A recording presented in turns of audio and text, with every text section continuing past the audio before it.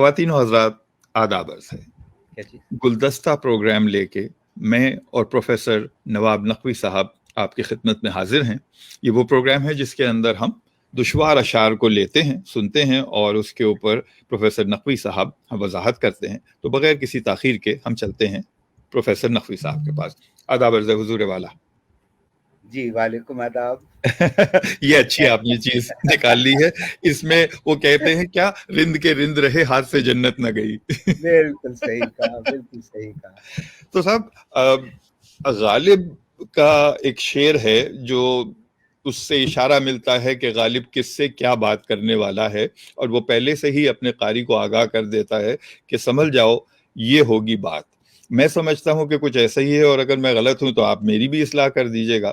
لیکن شعر کچھ یوں ہے کہ نقش فریادی ہے کس کی شوخی تحریر کا، کاغذی ہے پیرہن ہر پے کرے تصویر کا۔ تو ہمیں تو بہت مشکل لگتا ہے صاحب یہ شعر، اور جس سے بات کرتے ہیں وہ بھی اپنی طرح سے وضاحت کرنے کی کوشش کرتا ہے۔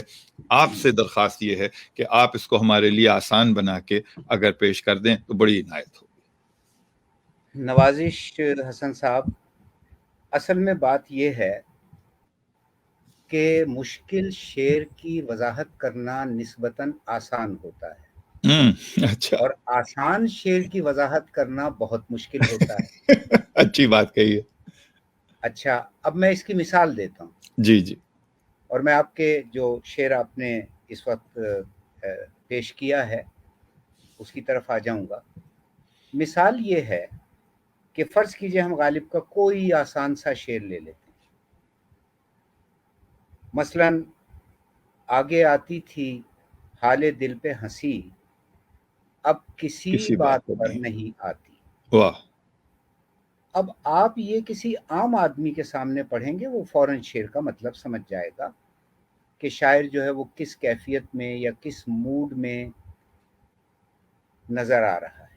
جی، لیکن اگر آپ سے یہ کہا جائے کہ اس شعر کی وضاحت میں کافی دیر تک آپ قاری کو، میں انورٹڈ کاماز میں بات کر رہا ہوں، الجھائے رکھیں، جی جی تو وہ بڑا مشکل ہو جاتا ہے۔ جی، کیونکہ الفاظ بھی آسان ہیں، جو بات بیان کی گئی ہے وہ بھی آسان ہے، لیکن بڑے شاعر کا کمال ہی یہ ہوتا ہے کہ وہ ایک سادہ سے شعر میں بھی ایسے ایسے نقطے ڈال دیتا ہے کہ آدمی کہتا ہے کہ بھائی یہ تو فصاحت و بلاغت، یہ لفظ تو ہمارے سننے والوں نے 85 دفعہ سنا ہوگا جی جی، کہ شاعر جو ہے بڑا فصیح و بلیغ ہے۔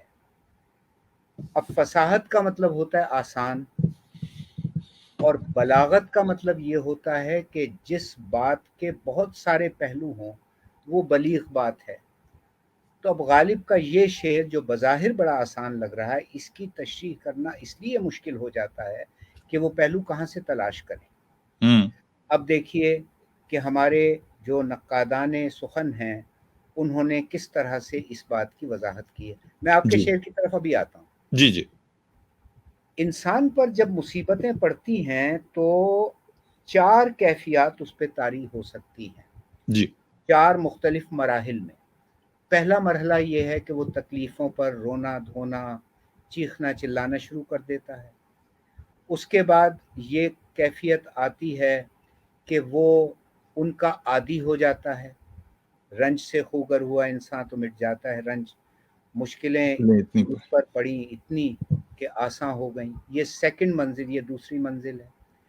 تیسری منزل یہ ہے کہ وہ غموں کا مذاق اڑانا شروع کر دیتا ہے۔